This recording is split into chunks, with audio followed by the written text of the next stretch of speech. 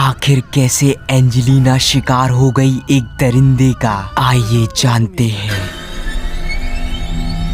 Movie की शुरुआत में दिखाया जाता है कि एंजेलिना अपने कमरे में सो रही होती है। तभी उसे ऐसा लगता है कि उसके कमरे में कोई है। तभी जैसे ही वह लाइट चालू करती है, वह देखती है कि जॉर्जी उसके कमरे में चुपके से घुस आया है। उसे पता था कि जॉर्जी कुछ गलत इरादों के साथ उसके कमरे में आया है, इसलिए वह वहां से भागने की कोशिश करती है। पर जॉर्जी उसे पकड़ लेता है और उसे जमीन पर लेटाकर उसका सर जमीन से पटकने लगता है। क्योंकि एंजेलिना काफी ज्यादा शोर कर रही थी, इसलिए वह उसके मुंह में एक कपड़ा ठूस देता है और पास रखी लैंप की वायर से उसके हाथ पांव बांध देता है। पर इतने में उसकी चीखें किसी के कानों तक पहुंच जाती है और जैसे ही स्टुअर्ट नाम का बंदा उसकी मदद करने आता है, जॉर्जी उसे चाकू से लहूलुहान कर देता है और इसके बाद वह एंजेलिना के साथ गलत काम करता है। इसके आगे क्या होता है जानने के लिए बने रहिए हमारे साथ।